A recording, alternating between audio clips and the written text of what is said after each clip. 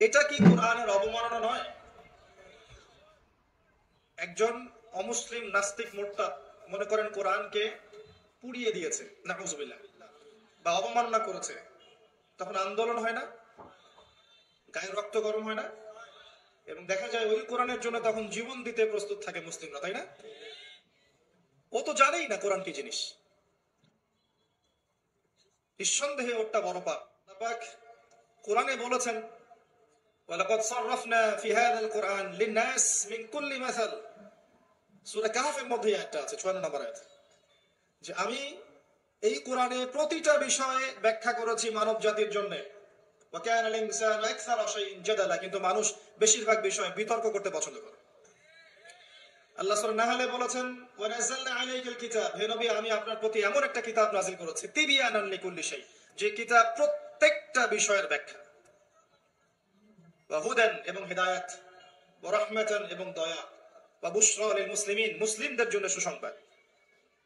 আল্লাহর রাসূল সাল্লাল্লাহু আলাইহি ওয়াসাল্লাম মুসলিম শরীফের হাদিসে বলেছেন, ইন্নাল্লাহা ইয়ারফাউ বিহাযাল কিতাবি আকওয়ামান, আল্লাহ পাক এই কোরআনের মাধ্যমে বহু জাতিকে উন্নতি দেন, ওয়া ইয়াদউ বিহিল আখারিন, এবং অনেককে আল্লাহ পাক অপদস্থ করেন। আল কোরআন হুজ্জাতুল লাকা ওয়া আলাইক, এটা তোমার পক্ষে সাক্ষী দেবে অথবা বিপক্ষে সাক্ষী দেবে। সবকিছু কোরআন এবং হাদিসে আছে। এইগুলোকে কেন্দ্র করে যদি আমরা ব্যাখ্যা, বিশ্লেষণ, গবেষণা না করি, তাহলে যুগ এবং জিজ্ঞাসার জবাব খুঁজে পাবো না। অবশ্যই গবেষণায় ভুল হতে পারে, ভুল হলে গবেষক শুধরে নেবেন। তার মানে এই নয় যে কোরআনের আয়াতগুলোর পিছনে যে লেখা আছে লাআল্লাহুম ইয়াতাযাক্কারুন, লাআল্লাকুম তা'কিলুন, লাআল্লাহুম ইয়াকিলুন, এই যে কথাগুলো আছে লাআল্লাহুম ইয়াতাফাক্কারুন, এই কথাগুলোকে আমরা অ্যাভয়েড করতে পারি না। ধর্মতাত্ত্বিক ক্ষেত্রে আরো দেখবেন আমরা ধর্মের নামে হাজারটা দলে বিভক্ত আছে, পলিটিক্যালি আমরা হাজার দলে বিভক্ত, আমরা সোশ্যালি দেখবেন বিভক্ত, আমরা দিন প্রচারের ক্ষেত্রে বিভক্ত। দেখবেন এক বক্তা আরেক বক্তার নিন্দা না করতে পারলে পেটের ভাত হজম হয় না। দেখবেন একজন আলেম আরেকজন আলেমকে গালি না দিলে তার দিনের দাওয়াত নাকি হচ্ছে না, এবং এটার দলিল হচ্ছে তা'মুরুনা বিল মা'রুফ ওয়া তানহাউনা আনিল মুনকার। মাশাআল্লাহ। তারপরে খেয়াল করে দেখবেন দুই ভাই, আপন মায়ের পেটের দুই ভাই, দুইটা আলাদা আলাদা পলিটিক্যাল দল করে, কিন্তু দুই ভাই হওয়া সত্ত্বেও এক ভাই আরেক ভাইয়ের প্রতি শত্রুতা পোষণ করছে। প্রত্যেকটা সেক্টরে আপনি যান, সামাজিক, পলিটিক্যাল, ইকোনমিক, ধর্মতাত্ত্বিক, প্রতিটা দেখবেন আমরা সেক্টেরিয়ালি ডিভাইডেড। আমরা বিভিন্ন ধর্ম এবং গোত্রে, দলে এবং উপদলে বিভক্ত, এবং এক একটা দলের শাখা দলও আছে, অনেক উপদলও আছে, এবং সবাই দাবি করছে যে আমরাই হকপন্থী এবং আমরাই জান্নাতের ডিলার, তোমার লিজ লাগলে আসো নিয়ে যাও। তো কোনখানে আমাদের শক্তি? আচ্ছা, একটা আয়াত কোরআনে মনে হয় আছে, আপনারা কি পড়েছেন? সূরা আলে ইমরানের 103 নম্বর আয়াতে কোরআনে সম্ভবত আছে একটা, এটা বেদে নাই, এটা বাইবেলে নাই, এটা তাওরাত, জাবুর, ইনজিলে সম্ভবত ছিল না।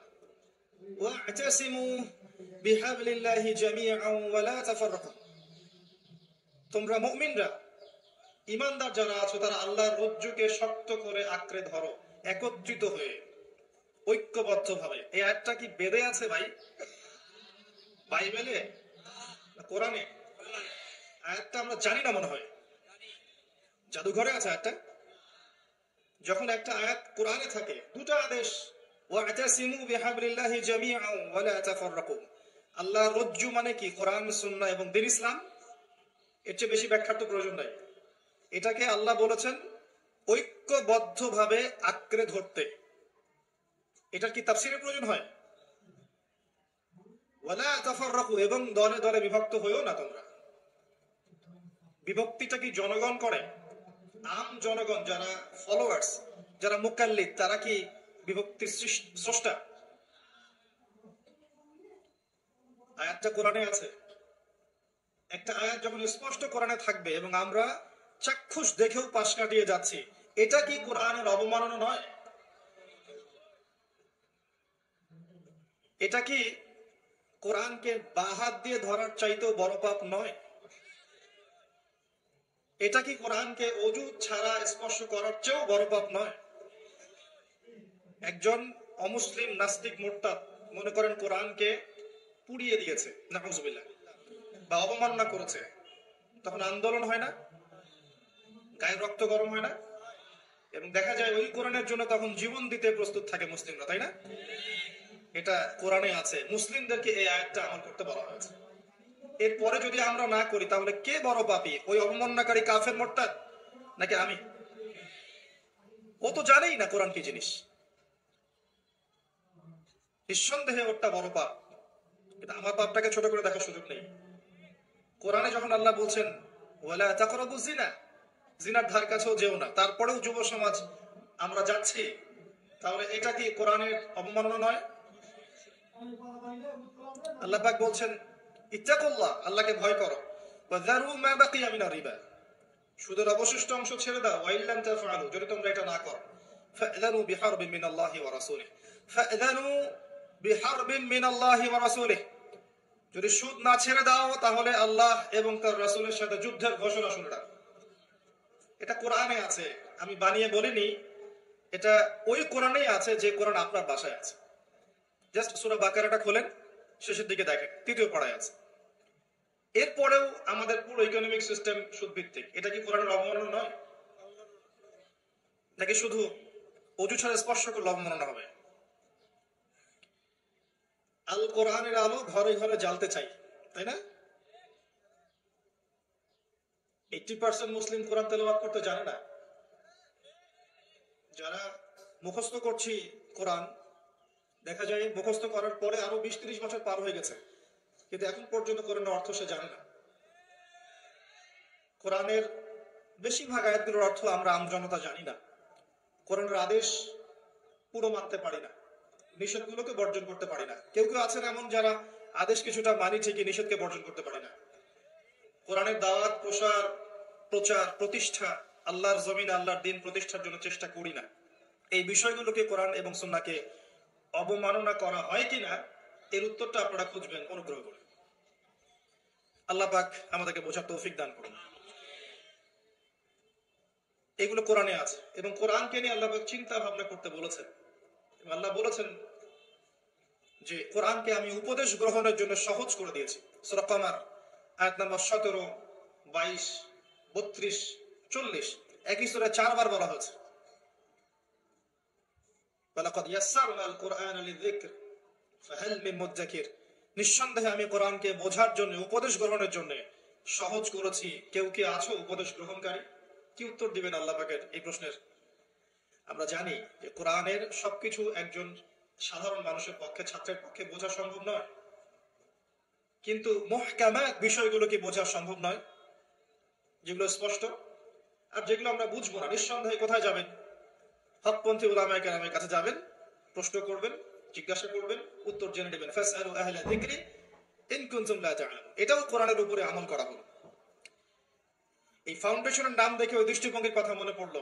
একজন নবী বক্তব্য দিচ্ছিলেন, জনগণের মধ্যে একজন বললেন, আপনি খুব চমৎকার আলোচনা করেছেন, আপনি কি পৃথিবীর সবচেয়ে জ্ঞানী মানুষ? তিনি বললেন, হ্যাঁ আমি পৃথিবীর সবচেয়ে জ্ঞানী মানুষ। আল্লাহ পাক তাকে ধরলেন, বললেন, হে মূসা আলাইহিস সালাম, তুমি পৃথিবীর সবচেয়ে জ্ঞানী মানুষ নও। আমার একজন বান্দা আছে যাকে তুমি 2 সাগরের মিলন স্থলে পাবে, যার নাম খিদির অর্থাৎ শ্যামল, সে এই পৃথিবীর সবচেয়ে জ্ঞানী মানুষ। নবী মূসা আলাইহিস সালাম বললেন, আমি তার সাথে দেখা করতে চাই, I want to meet him. Allah পাক বললেন, মাছ নাও, মাছ, থলের মধ্যে মাছ নাও, যাত্রা শুরু করো, যেখানে গিয়ে দেখবে এই মাছ জীবিত হয়ে গেছে, সেখানেই সেই ব্যক্তির সাক্ষাৎ পাবে। তিনি চলতে লাগলেন, তার সাথে ছিল ইউশা বিন নুন, যিনি পরবর্তীতে নবী হয়েছেন। এক পর্যায়ে তিনি রাস্তা ভুল করলেন এবং ক্লান্ত হয়ে পড়লেন। অনেকদিন বলেছি, জীবনে আপনার চলার পথ যদি ভুল হয়, আপনি দ্রুত ক্লান্ত হয়ে যাবেন। আজকেও যদি আপনার জীবনের চলার পথ আল্লাহ এবং তার রাসূলের আনুগত্যের দিকে না হয়, অতি দ্রুত আপনি ক্লান্ত হয়ে যাবেন, শেষ বয়সে সুসাইড করে মরতে হতে পারে। যদি আপনার জীবনে চলার পথ আল্লাহর পথে হয়, শেষ বয়সেও আপনি হুঙ্কার ছাড়তে পারবেন ইনশাআল্লাহ। বাংলাদেশে এমন বরেণ্য অনেক উলামায়ে কেরাম আছেন এবং চলে গেছেন, শেষ বয়সে গিয়েও দেখবেন দিনের জন্য কি মেহনতটাই না করছে, এবং কমই ঘরানা থেকেই তারা বেশি ছিলেন, আমার অবজারভেশন, এটা আমার মত। ভালো খায়ের এবং কল্যাণ যেখানেই আছে সেখানে আমাদেরকে যেতে হবে এবং তার পক্ষে আমাদেরকে থাকতে হবে। যদি এমন হয় যে আপনার সামনে দাঁড়িয়ে কেউ আপনাকে থাপ্পড় দিয়েছে, কিন্তু যে থাপ্পড় দিয়েছে তার মধ্যে এমন কিছু আছে যেটা উম্মার জন্য কল্যাণকর, তাহলে আপনার এই সৎ সাহস থাকা উচিত এটা বলার যে তার মধ্যে খায়ের আছে। এটাই হচ্ছে ওমর রাদিয়াল্লাহু আনহুর মতো মানুষদের সুন্নাহ, যারা মনের দিক থেকে খুব স্বচ্ছ হন, স্পষ্টভাষী হন। যাই হোক, মুসা আলাইহিস সালাম আবারও ফিরে আসলেন, তার সঠিক রাস্তায় ফিরে আসলেন। ওই ব্যক্তির সাক্ষাৎ পেলেন, দেখলেন তিনি একটা সাখরার উপর বসে আছেন, অর্থাৎ পাথরের উপর বসে আছেন। শেষ জামানার সবচেয়ে জ্ঞানী মানুষ যারা হবেন তাদের চরিত্রটাও পাথরের মতো হতে হবে, সামান্য বাতাসে ঝরে যাবে। এরপর তিনি তাকে সালাম দিলেন। খিদর আলাইহিস সালাম বললেন, এই জনমানব শূন্য জায়গায় সালাম কোত্থেকে আসলো? নবী মুসা আলাইহিস সালাম বললেন, আমি বানু ইসরাঈলের মুসা। তুমি কি বানু ইসরাঈলের মুসা? হ্যাঁ, আমি বানু ইসরাঈলের মুসা। খিদর আলাইহিস সালাম যখন তার পরিচয় ব্যক্ত করলেন, তখন মুসা আলাইহিস সালাম বললেন যে আমি কি আপনার সাথী হতে পারি, এই উদ্দেশ্যে যে আল্লাহ পাক আপনাকে যা শিখিয়েছেন সেখান থেকে আপনি আমাকে কিছু শেখাবেন। হাল আত্তাবিউক আলা আন তুআল্লিমানি মিম্মা উল্লিমতা রুশদা, সূরা কাহফ পড়ে দেখেন। ক্বালা, এরপরে খিদর আলাইহিস সালাম বলছেন, ইন্নাকা লান তাসতাতিআ মাইয়া সাবরা। হে মুসা, তুমি তো আমার সাথে ধৈর্য ধরতে পারবে না। কেমন টিচার, স্টুডেন্ট আসছে শিখতে, টিচার বলছে তুমি তো সবর করতে পারবে না। কি পরিমাণ প্রজ্ঞা থাকলে, কি পরিমাণ দূরদর্শিতা থাকলে একজন শিক্ষক বলতে পারেন তুমি তো ধৈর্য ধরতে পারবে না। আপনি একটা বাচ্চাকে, একটা না 100টা বাচ্চাকে পড়ান 1 বছর, ফাইনাল পরীক্ষার আগে আপনি বলতে পারবেন যে এই 5 জনের মধ্যে ভালো করবে এই কয়জন, এই 10 জন ভালো করবে না। এটা আপনি বলতে পারবেন না। কিভাবে?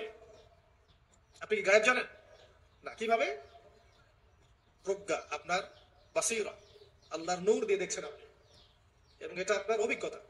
ওই যে মালায়েকা কি বলেছিল, আতাজআলু ফিহা মা ইউফসিদু ফিহা ওয়া ইয়াসফিকু দিমা। আল্লাহ, আপনি এমন কাউকে সৃষ্টি করতে যাচ্ছেন পৃথিবীতে যে পৃথিবী থেকে 2টা কাজ করবে, অনলি 2টা, রক্তপাত ঘটাবে, ফাসাদ সৃষ্টি করবে। তাকায় দেখেন বিশ্বের দিকে, মানুষ প্রত্যেকটা সেকশনে ফাসাদ সৃষ্টি করেছে এবং একে অপরের রক্তপাত ঘটিয়েছে, স্টিল না ঘটিয়ে যাচ্ছে, আগামীতেও ঘটাবে ইনশাআল্লাহ। তাহলে কি ফেরেশতারা গায়েব জানতেন? বসিরা, প্রজ্ঞা। 10 বছর আগ থেকে বলা হয়েছে, আমি নিজে উচ্চারণ করেছি মিনিমাম 5 বছর আগে, যে ওয়ার্ল্ড এমন একটা সময়ের দিকে যাবে ইনশাআল্লাহ যখন পেপার মানি বলে কিছু থাকবে না, সবকিছু হবে ক্যাশলেস সোসাইটি, ক্যাশলেস সোসাইটি, কাগজের টাকাহীন একটা সভ্যতা, একটা সমাজ। আপনি ডিজিট পার করবেন, জাস্ট ডিজিট থ্রো করবেন, সংখ্যা থ্রো করবেন, এবং এমন একটা মুদ্রা তারা আপনাকে ধরিয়ে দিবে যেটা আপনি হাত দিয়ে ছুঁইতে পারবেন না, পকেটেও রাখতে পারবেন না। এই যে বিষয়গুলো, এগুলো কি ভবিষ্যৎবাণী না বর্তমান? বর্তমান সম্পর্কে যারা ওয়াকেফাল নয়, বর্তমান সম্পর্কে যারা ঘুমন্ত, তাদের কাছে কথাগুলো ভবিষ্যৎবাণী মনে হতে পারে, কিন্তু বিষয়গুলো ভবিষ্যৎবাণী নয়। আস্তে আস্তে ওয়ার্ল্ড সেদিকে চলে আসছে। খিদর আলাইহিস সালাম বলছেন, ইন্নাকা লান তাসতাতিআ মাইয়া সাবরা, তুমি আমার সাথে ধৈর্য ধরতে পারবে না। এটা কি ভবিষ্যৎবাণী? তার বাসীরা। গল্পের শেষে গিয়ে দেখেন মুসা আলাইহিস সালাম এক্স্যাক্টলি তাই করেছেন, তিনি ধৈর্য ধরতে পারেন। প্রথমবার এই নৌকাটা কেন ফুটা করলেন, দ্বিতীয়বার এই বাচ্চাকে কেন হত্যা করলেন, তৃতীয়বার এই দেয়ালটা কেন নির্মাণ করলেন বিনা পারিশ্রমিকে? আমার কথা ধরতে পারছেন? সূরা কাহফ পড়েছেন তো একবার? আলহামদুলিল্লাহ। তো মুসা আলাইহিস সালাম প্রশ্ন করেই যাচ্ছেন, খিদর আলাইহিস সালাম 3 নাম্বার প্রশ্নের পরে বললেন, হাদা ফিরাকু বাইনি ওয়া বাইনিক, তোমার আর আমার এখানেই পার্থক্য, এখানেই বিচ্ছেদ, তোমার সাথে পথ চলা আমার আর হলো না। আল্লাহর নবী সাল্লাল্লাহু আলাইহি ওয়াসাল্লাম বলেছিলেন, যদি সেদিন মুসা আলাইহিস সালাম এত বেশি প্রশ্ন না করতেন তাহলে হয়তো আরো অনেক জ্ঞান জানা যেত। সুবহানাল্লাহ। এরপর তিনি উত্তর দিলেন, আমি এমনি এমনি নৌকা ফুটা করি নাই।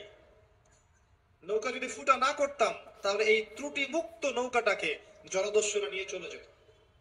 যদি বাচ্চাকে হত্যা না করতাম এই বাচ্চা বড় হয়ে বড় কাফের হতো এবং নিজে কুফরি করতো, ওর পিতা মাতাকেও কাফের বানাতো।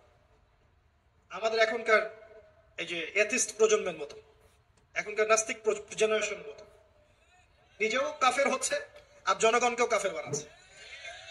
এদেরকে যদি খিদির আলাইহিস সালাম পেতেন, বাল্য বয়সে হত্যা করতেন। সিম্পল। কারণ তিনি হত্যা করেছেন এমন একজন বালককে যে বড় হয়ে কাফের হতো, আল্লাহ তাকে জানিয়েছিলেন, এবং নিজে তো হতোই, অন্য মানুষদেরকেও করতো, পিতা মাতাকেও করতো।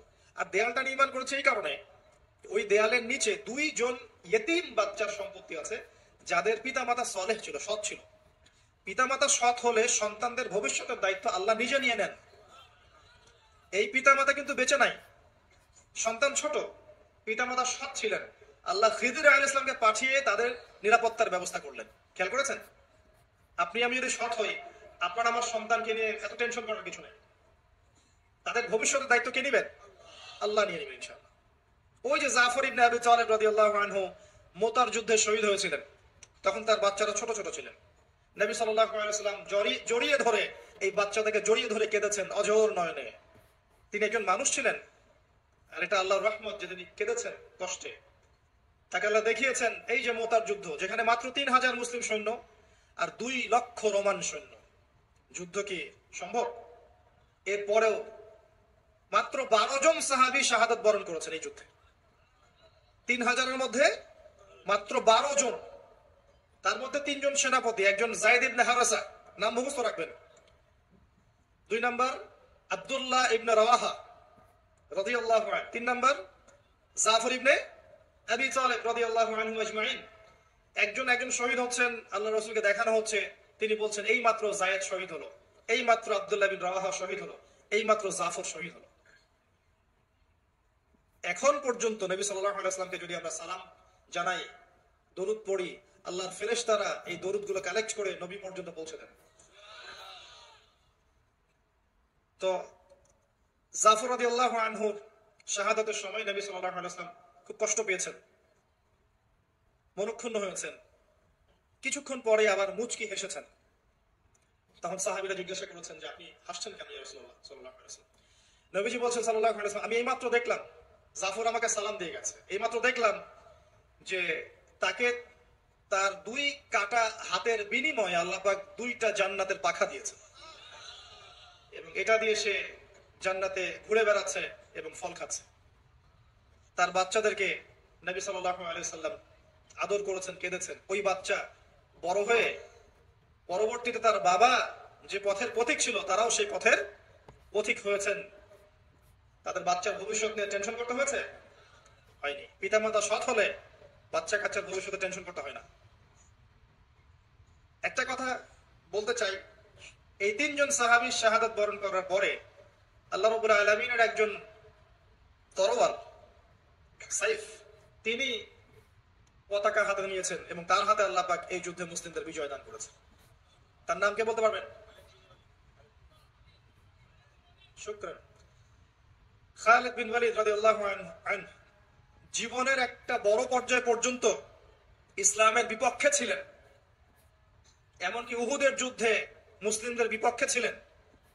তার একার শৌর্য বীর্যে উহুদের দিন মুসলিমদের মধ্যে অনেক সাহাবী শহীদ হয়ে গেছেন, এবং প্রায় 70 জন, এবং মুসলিমদেরকে একটা বিপর্যয়ের সম্মুখীন হতে হয়েছে একজনের কীর্তির কারণে, খালিদ বিন ওয়ালিদ রাদিয়াল্লাহু আনহু।